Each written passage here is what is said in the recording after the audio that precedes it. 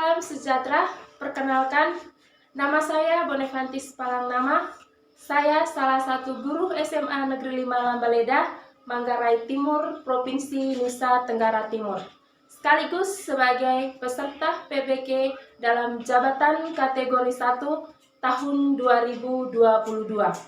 Hari ini, tanggal 5 Oktober 2022, saya akan melakukan ujian kinerja. Inilah kartu peserta ujian saya, dan saya akan melakukan praktek pembelajaran untuk mengikuti ujian kinerja.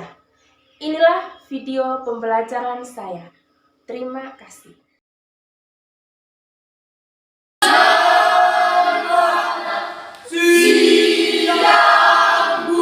Selamat siang semuanya. Terima kasih. Silakan duduk. Terima kasih, Bu. Oke, selamat siang semuanya. Apa kabar semuanya? Baik. Sehat?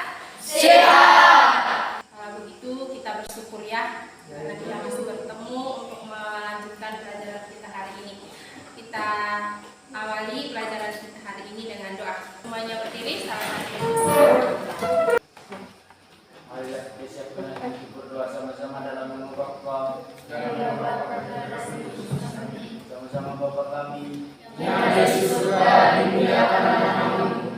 Datanglah kerajaanmu. Tetapi rasakan kami dari jahat kami. Oke, terima kasih. Silakan duduk kembali. Bereskan dulu semua buku-buku tas-tas yang ada di atas meja supaya lebih fresh ya.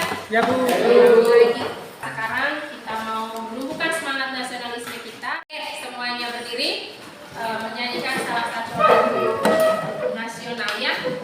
Indonesia tanah air kita. 4. Indonesia tanah air beta, pusaka abadi nan jaya. Di sana tempat lahir beta, dibuat, dibesarkan Bunda, tempat berlindung di hari tua, tempat akhir menutup mata. Oke, kita tepuk tangan. Silakan duduk kembali. Baik, anak-anakku sekalian, hari ini siapa yang tidak hadir? Oke, genap 20 ya, berarti kita lengkap hari ini. Nah, anak-anakku sekalian, hari ini kita akan membahas tentang nilai-nilai budaya masyarakat praaksara yang masih bertahan ya. Ini adalah materi kita hari ini. Nah, sebelum kita mulai, ayo kita ice breaking dulu untuk lebih semangat mengikuti pelajaran selanjutnya ya. Nah, kita kembali berdiri secara sebagai lingkaran. Kita punya permainan tangkap harimau. Ketika ibu sebut kata harimau, berarti tangkap cari teman. Nah, ibu sebut 1, angkat tangan kanan, 2, tangan kiri, 3, taruh cari telunjuknya di tangan kiri temannya di sampingnya. 1, 2, 3. Hari Minggu, hari Min, dan hariman. Harimin dan hariman pergi ke hutan. Harimau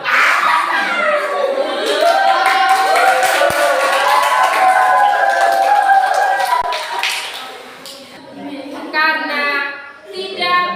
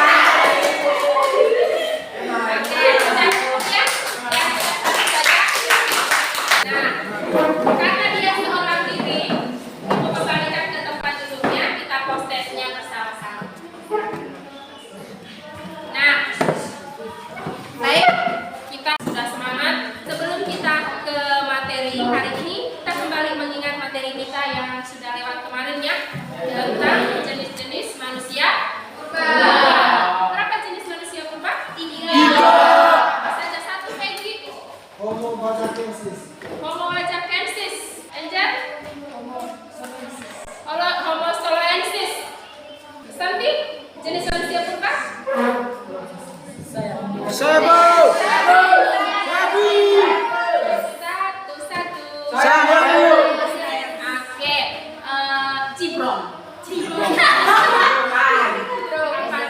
sebutkan jenis-jenis manusia purba di Indonesia. Silakan. Homo vajakensis, Homo vajakensis, Homo solensis, solensis, Homo florensis. florensis. Apalagi pasti jenis homo, jenis-jenis manusia purba. Apalagi? Oh, tambahkan Carlos, tambahkan. Meganthropus, dan Pithecanthropus. Ya, luar biasa.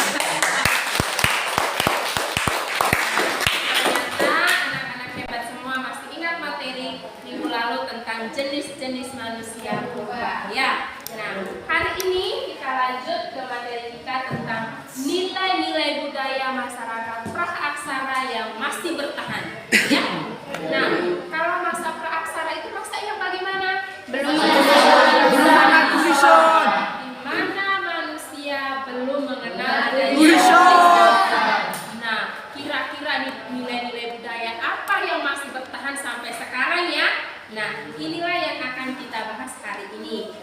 Ada 4 tujuan pembelajaran kita hari ini. Pertama, melalui metode diskusi, peserta didik dapat menjelaskan apa itu tradisi lisan, dan folklore dengan tepat. Nah, yang kedua, melalui metode diskusi, peserta didik dapat menganalisis jenis-jenis folklore dengan contoh-contohnya dalam kehidupan lingkungan terdekat ya, berarti lingkungan sekitar kita ya. Nah, melalui metode diskusi, peserta didik dapat menganalisis upaya melestarikan tradisi lisan dengan tepat. Dan yang terakhir, melalui metode diskusi, peserta didik dapat menganalisis pentingnya memelihara tradisi lisan tersebut. Jadi itu adalah tujuan yang akan kita capai hari ini. Nah, coba perhatikan, Ibu punya gambar-gambar ini. Ada gambar Nyi Roro Kidul, ada Danau Toba, ada upacara penti, dan ada permainan tali. Kira-kira Nyi Roro Kidul itu termasuk dalam apa ya? Danau Toba? Legenda. Kira-kira yang lebih tepatnya legenda apa? Tempatnya ya. Kemudian penti ini? Upacara.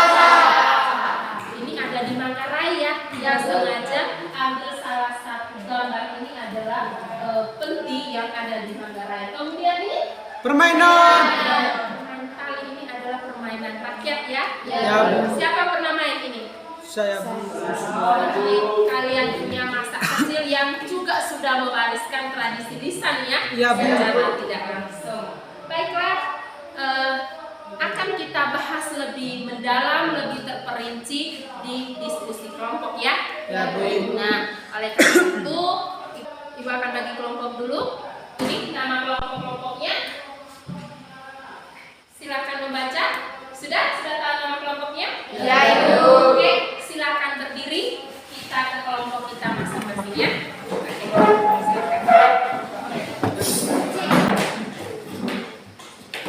Sudah semua dalam kelompok? Sudah. Kelompok mitosnya gimana? Kelompok legendanya? Kelompok dongeng? Kelompok itu nyanyian rakyat? Kelompok upacara ya. Oke, baiklah, sudah dalam kelompok. Sekarang ini adalah lembar kerjanya ya. Ibu akan bagikan lembar kerjanya. Nah, ini Ibu bagikan lembar kerjanya.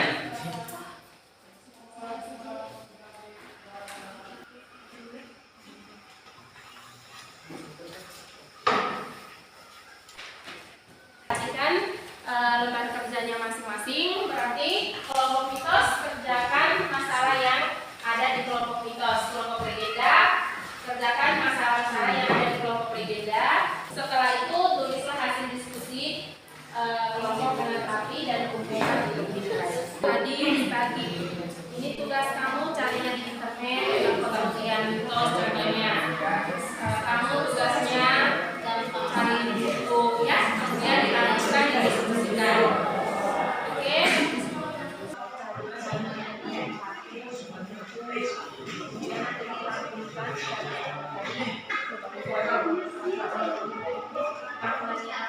Tujuannya apa saja? Kemudian nanti diskusikannya menjadi deskripsi semua masalah itu dilakukan oleh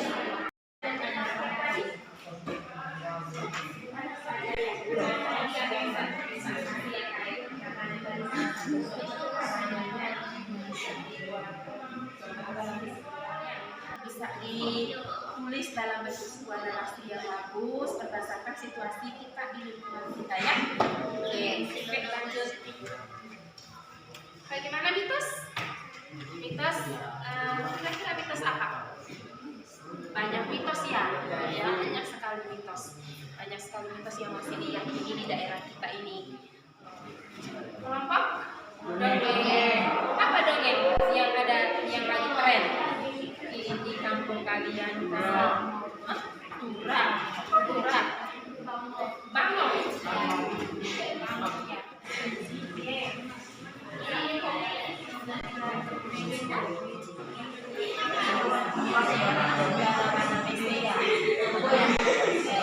Legenda yang ada di wilayah kita.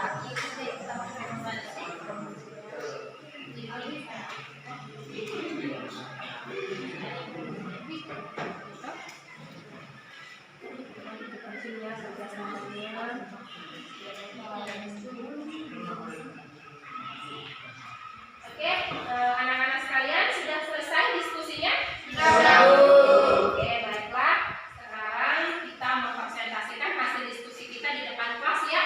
Kita mulai dengan kelompok mitos. Ya, oke. Waktu dan kesempatan diberikan kelompok mitos. Terima kasih atas waktu yang telah diberikan kepada kelompok kami. Untuk mempersingkat waktu, saya persilakan kepada teman saya Peggy untuk mempresentasikan hasil diskusi kami. Baik, terima kasih. Saya akan mempresentasikan hasil diskusi kami tentang mitos. Mitos adalah cerita prosa rakyat yang tokoh-tokohnya para deba atau makhluk setengah deba yang terjadi di dunia lain pada masa lampau dan dianggap benar-benar terjadi oleh yang mempunyai cerita atau oleh penganutnya. Contoh mitos di daerah kami yang masih dipercaya hingga saat ini adalah duduk di atas bantal. Menurut mitos yang ada, duduk di atas bantal akan menyebabkan bisu. Mitos tersebut masih dipercaya oleh masyarakat di daerah kami. Sikap kami sebagai seorang pelajar untuk menanggapi mitos adalah berpikir kritis. Perbedaan mitos dan logos. Mitos merupakan suatu kepercayaan yang tidak harus melibatkan fakta ilmiah, sedangkan logos merupakan konsep isi pikiran atau ilmu pengetahuan. Terima kasih. Ada pertanyaan dari kelompok lain. Tadi kalian sudah menjelaskan bahwa mitos adalah cerita prosa rakyat yang tokohnya para deba atau makhluk setengah deba yang terjadi di dunia lain pada masa lampau dan dianggap benar-benar terjadi oleh yang punya cerita atau oleh penganut. Tapi contoh yang Anda berikan tadi tidak berkaitan dengan pengertian mitos. Coba berikan salah satu contoh yang berkaitan dengan mitos. Contohnya adalah mitos Dewi Padi. Jika seorang perempuan akan menanam padi, maka akan menghasilkan padi yang banyak. Sedangkan jika seorang laki-laki yang akan menanam padi, maka tidak akan menghasilkan buah yang banyak. Karena padi diidentik dengan seorang dewi. Mantap. Kelompok yang berikut yaitu kelompok legenda. Waktu dan kesempatan diberikan untuk kelompok legenda. Terima kasih atas waktu dan kesempatan yang telah diberikan kepada kelompok kami. Kami dari kelompok legenda akan mempresentasikan hasil diskusi kami. Baik, terima kasih. Saya akan menjelaskan hasil diskusi kami yaitu tentang legenda. Legenda adalah prosa rakyat yang dianggap oleh yang mempunyai cerita sebagai suatu yang benar-benar terjadi. Jenis-jenis legenda. 1. Legenda keagamaan. Legenda keagamaan adalah legenda yang berkisah tentang para pemuka agama. Contohnya legenda Bani Solo. 2. Legenda alam gaib adalah legenda yang berkisah yang benar-benar terjadi atau pernah dialami manusia berhubungan dengan makhluk gaib. 3. Legenda perorangan. Legenda perorangan adalah kisah tentang orang-orang tertentu yang dianggap benar-benar terjadi. 4. legenda tempat atau lokasi. Legenda tempat atau lokasi adalah kisah yang berhubungan dengan suatu tempat atau bentuk topografi suatu daerah. Dari keempat legenda yang ada, kami memilih legenda tempat dan alam gaib. Contohnya Danau Ranamisi. Di Kabupaten Manggarai Timur, Provinsi Indonesia Tenggara Timur, ada sebuah danau bernama Ranamisi. Dalam bahasa setempat, Ranamisi berarti danau yang luas. Danau yang berada di Desa Goroloni, Kecamatan Gorong ini memang cukup besar. Pepohonan yang tumbuh rapat di tepi dan kabut yang menggantung di atas permukaan air memberi kesan mistis padanya. Sampai sekarang, legenda Danau Ranamisi masih diyakini di masyarakat sekitar. Sebagai seorang pelajar, kita harus menjaga melestarikan legenda Danau Ranamisi dengan cara menjadikan Danau Ranamisi menjadi tempat wisata bagi para wisatawan. Kita harus menjaga, memelihara danau itu supaya terlihat indah dan bersih. Baik, itu saja hasil diskusi kami. Mungkin ada pertanyaan dari kelompok lain. Waktu dan kesempatan saya berikan untuk bertanya. Kami akan memberikan pertanyaan kepada kelompok legenda. Jelaskan pengertian legenda dan jenis-jenis legenda. Kami akan menjawab pertanyaan yang telah diberikan oleh kelompok nyanyian rakyat. Legenda adalah rakyat yang dianggap oleh yang mempunyai cerita sebagai sesuatu yang benar-benar terjadi. Jenis-jenis legenda: 1. Legenda keagamaan. 2. Legenda alam gaib. 3. Legenda perorangan. 4. Legenda tempat atau lokasi. Baik, mungkin ada pertanyaan lagi. Mengapa Danau Ranamisi berkaitan juga dengan alam gaib? Legenda alam gaib adalah legenda ini berbentuk kisah yang benar-benar terjadi atau pernah dialami manusia sehubungan dengan makhluk gaib dan sebagainya.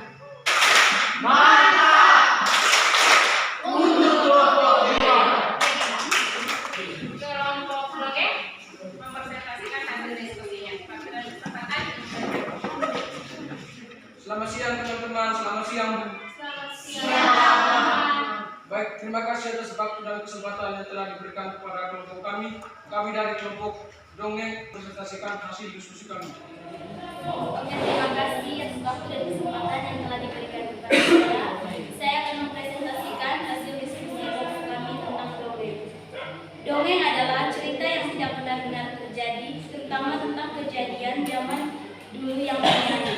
Tujuannya untuk menghibur, membariskan budaya, pemikiran, dan menyampaikan ide-ide moral yang berbeda kepada generasi muda. Contoh dongeng yang ada di daerah kami yaitu dongeng tentang Bangok. Inti dari dongeng tentang Bangok yaitu seorang laki-laki yang ingin mencari istri pendiam. Seorang laki-laki yang bernama Bangok disuruh ibunya Untuk mencari istri yang pendiam, tetapi justru ia malah membawa perempuan yang sudah meninggal ke hadapan ibunya. lalu ibunya marah dan menyuruh Bangok untuk menguburkannya. Pesan moral dari cerita dongeng tentang Bangkok yaitu kita tidak boleh mengikuti cara berpikir Bangkok yang tidak bisa memahami perkataan ibunya. Selain dongeng, ada juga beberapa contoh teka-teki yang ada di daerah kami. Contoh teka-teki yang pertama, kenapa pohon kelapa di depan rumah harus ditebang? Jawabannya, soalnya kalau dicabut berat. Orang apa yang berenang tapi rambutnya tak pernah basah? Jawabannya, orang botak. Itu saja hasil diskusi kelompok kami. Waktunya saya kembalikan kepada moderator. Baik, terima kasih kepada teman Ica. Selanjutnya, itu saja hasil diskusi kami. Bagi teman-teman yang ingin bertanya, saya silakan waktu dan kesempatan. Kasih saya dari kelompok nyanyian rakyat ingin memberikan pertanyaan kepada kelompok dongeng. Apakah dongeng dan teka-teki masih dilestarikan di daerahmu? Jelaskan. Contohnya, teka-teki diceritakan pada saat ada Ditambahkan dari teman-teman lain. teka-teki digunakan di saat ada orang yang meninggal. Nah, untuk bisa menghibur yang sedang berduka.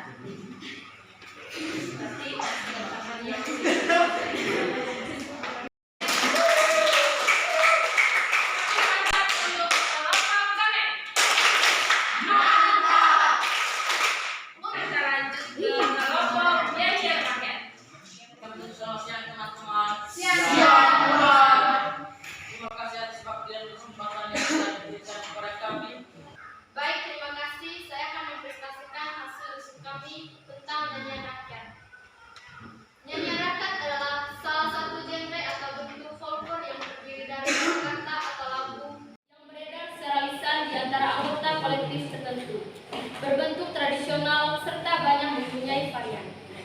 Contoh nyanyian rakyat di daerah kami adalah lagu Congkasai. Lagu ini bisa mengiringi tarian di saat upacara adat atau pentas seni. Makna dari lagu Congkasai adalah mengingat tarian caci budaya tradisional Manggarai, dan tarian tersebut mengungkapkan kehangatan sikap orang Manggarai dan menceritakan kebiasaan dalam realitas orang Manggarai.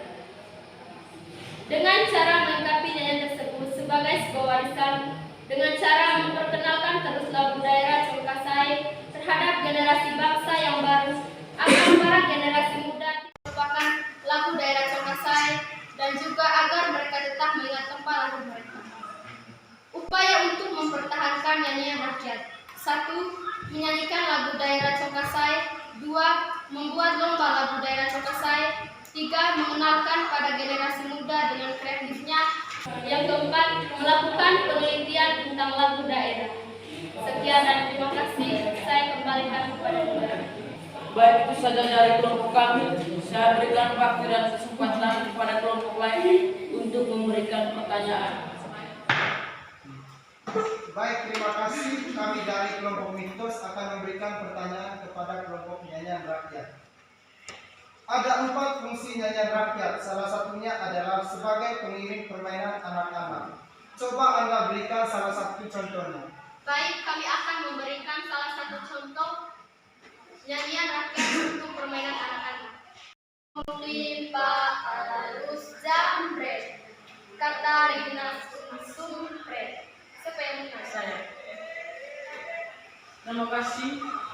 Waktu dan kesempatannya saya kembali kepada Ibu. Selanjutnya kita ke kelompok terakhir adalah kelompok pelajar. Waktu dan kesempatan Ibu silakan.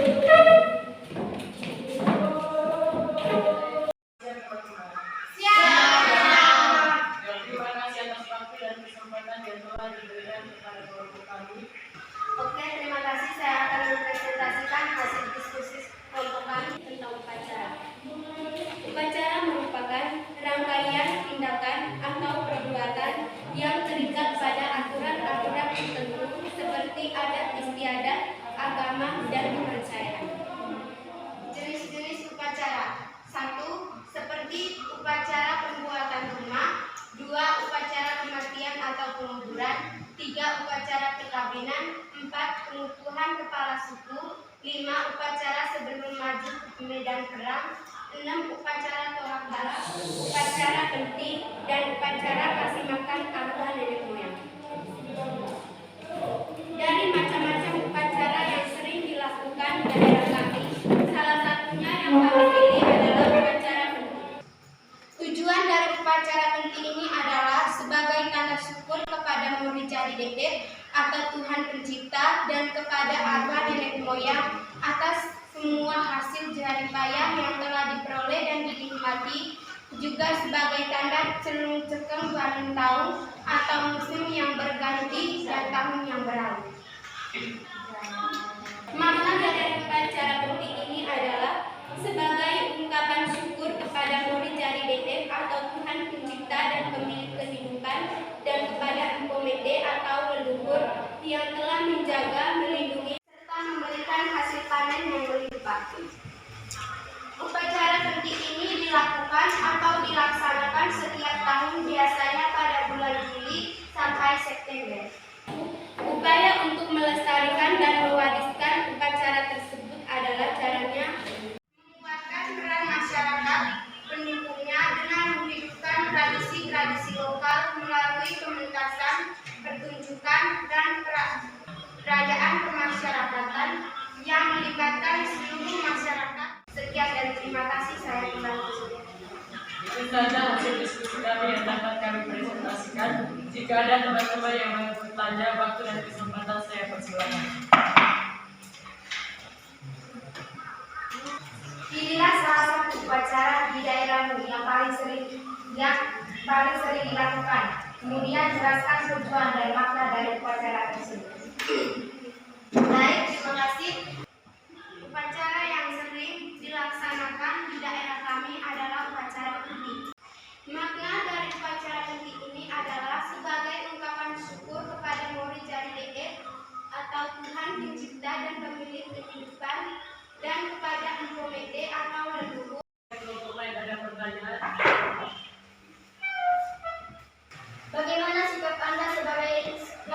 saudara menanggapi upacara tersebut?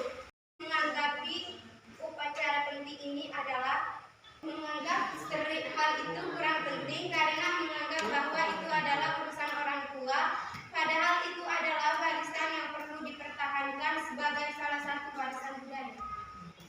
Apakah dari kelompok lain ada pertanyaan lagi? Baik, terima kasih. Mengapa penting di Manggarai disebut sebagai upacara? Baik, terima kasih. Penting dikatakan sebagai upacara di Manggarai karena mempunyai rangkaian tindakan atau perbuatan yang mengikat pada aturan-aturan tertentu seperti adat istiadat, agama dan kepercayaan yang dipercaya oleh masyarakat Manggarai. Terima kasih, itu saja diskusi yang dapat kami presentasikan. Tepuk mantap.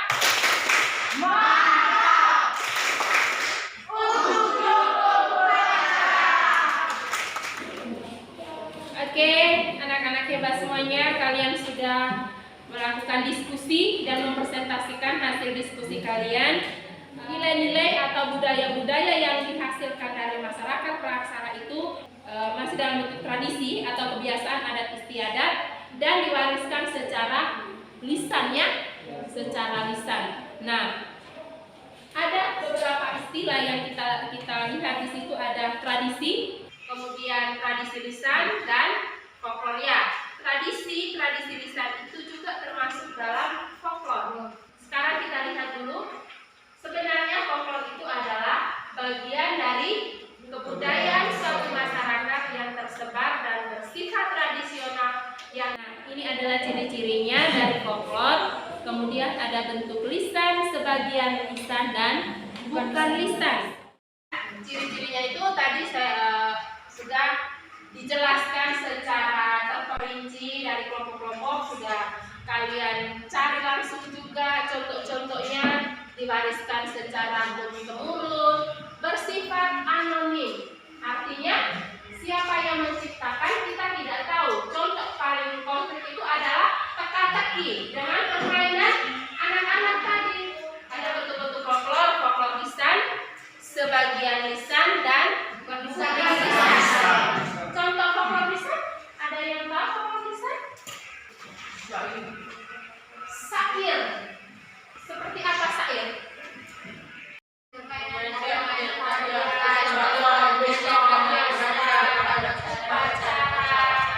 Karena apa? Itu gabungan dari nyanyian juga ada, pakaian adat juga ada, upacaranya juga ada di situ. Jenis-jenis folklor kita sudah bahas satu persatu. Ada mitos ya? Ya, mitos. Kita punya mitos ini banyak sekali.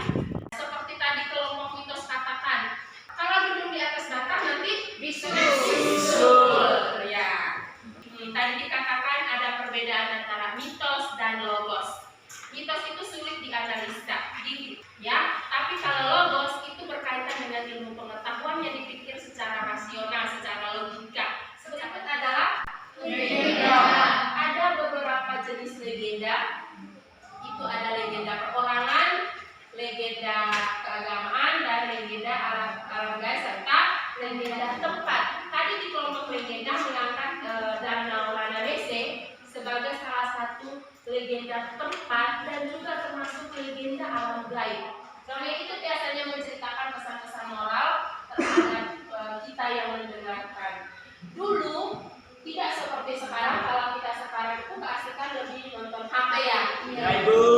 Dongeng dulu nenek moyang kita itu mereka juga punya hiburan. Salah satunya itu dongeng dan teka-teki. Biasanya juga dilakukan oleh nenek mama bapak-bapak kita dulu itu sebagai pengantar tidur ya. Tanpa kita sadari ada pesan-pesan moral yang diberikan kepada kita. Salah satu itu juga sebagai salah satu nasihat bahwa nanti kalau seperti Bangkok tadi, kalau dibicarakan itu harus diolah dulu pikirannya. Kemudian teka-teki. Tadi ada di pertanyaan bahwa apakah teka-teki itu masih dilestarikan tidak di daerah sekitar ini? Jawaban dari kelompok dongeng bahwa masih ya, masih ada teka-teki. Teka-teki ini biasanya digunakan saat orang meninggal di rumah duka, duduk ke bercerita-cerita akhirnya sebagai sebuah permainannya. Nah, kemudian nyanyian rakyat.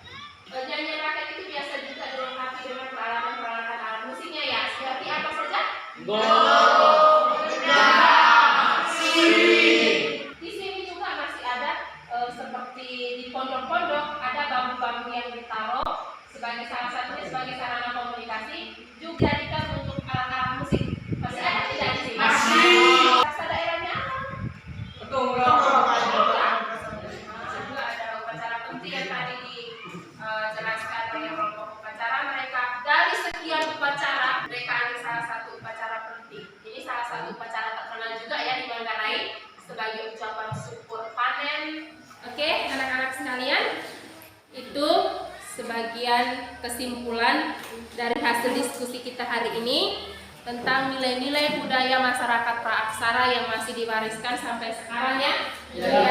Nah, jadi tradisi lisan tersebut ada karena pada zaman praaksara itu memang belum mengenal tulisan. Kita sebagai seorang pelajar bisa menggali kembali cerita-cerita lisan itu, tradisi-tradisi lisan itu, kemudian kita bisa menggunakan tulisan, menceritakan kembali itu dalam bentuk tulisan agar generasi berikutnya itu bisa tahu.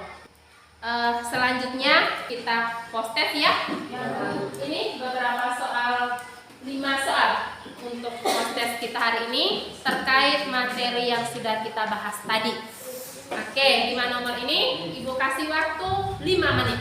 1 soal, 1 menit. Silakan.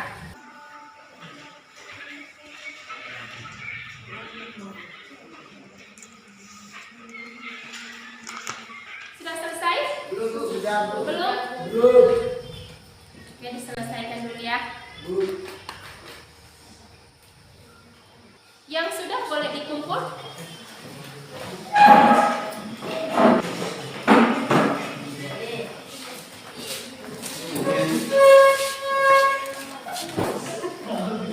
Sudah semua? Nah, sekarang sudah selesai post-testnya, kita refleksi ya. Ibu ada jurnal refleksi, Ibu bagikan ke anak-anak semua untuk mengisi refleksi pelajaran kita hari ini ya. Setelah diisi, sebentar Ibu akan kasih kesempatan untuk 2 orang mewakili teman-teman membacakan hasil refleksi terkait pelajaran kita hari ini.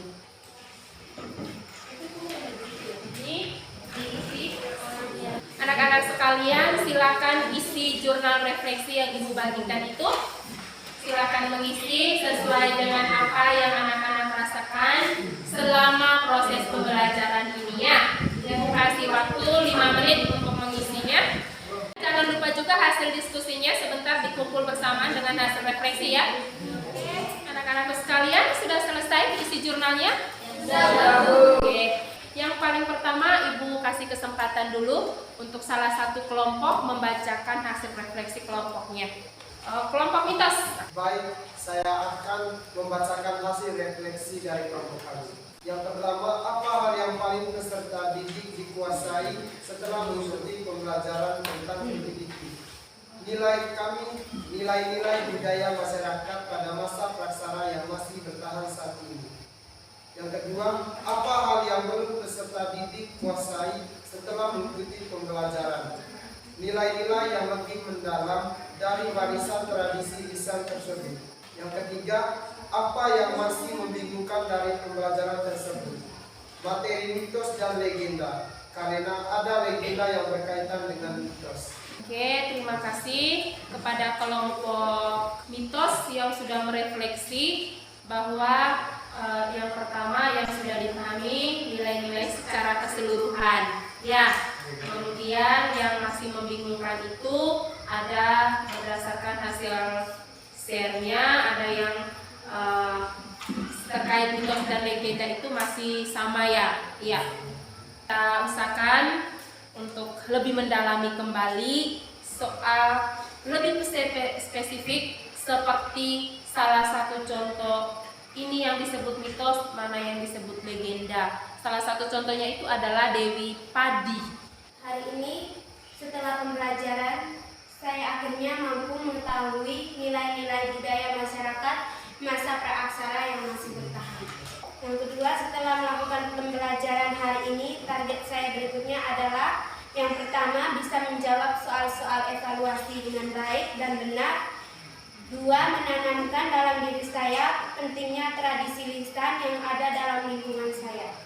Yang ketiga, setelah pembelajaran hari ini, saya akhirnya memahami bahwa pengertian dari tradisi, lisan, dan folklor dalam masyarakat pada masa praaksara. Perasaan saya setelah melakukan pembelajaran hari ini adalah saya bisa mengetahui materi pembelajaran hari ini berkaitan dengan jenis-jenis folklor, pengertian folklor, tradisi, dan tradisi lisan. Oke, terima kasih banyak. Itu nanti yang lain dikumpulkan baru Ibu bacakan ya hasil refleksi dari pribadi kalian masing-masing untuk Ibu jadikan acuan untuk memperbaiki pembelajaran kita yang berikutnya ya. Oke, terima kasih sudah melakukannya itu. Sekarang silakan anak-anak sekalian kumpulkan hasil refleksi, jurnal refleksinya dengan hasil diskusinya.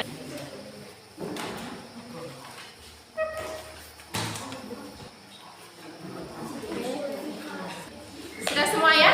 Sudah semua kumpulnya? Oke, baiklah anak-anakku sekalian. Kita sudah melakukan diskusi kelompok, mencari informasi-informasi terkait dengan nilai-nilai budaya masyarakat praaksara dengan segala contoh-contohnya yang ada di lingkungan sekitar kita hari ini. Sudah kita lakukan sampai dengan melakukan refleksi diri. Akhirnya pertemuan kita hari ini cukup sampai di sini. Kemudian untuk ke minggu depan itu kita punya materi sudah selesai. Kita melakukan evaluasi tentang asal-usul nenek moyang bangsa Indonesia. Tadi kita awali dengan doa, kita akhiri juga dengan doa. Anak-anak sekalian, silakan berdiri. Ibu dan teman-teman, marilah kita siapkan hati untuk berdoa. Sama-sama dalam nama Bapa. Bapa kami, yang ada di surga, dimuliakanlah namamu. Dan jangan masukkan kami dalam percobaan, tapi bebaskanlah kami dari yang jahat. Amin. Oke, terima kasih untuk doanya. Sampai jumpa minggu depan. Terima kasih, Bu. Oke, sama-sama.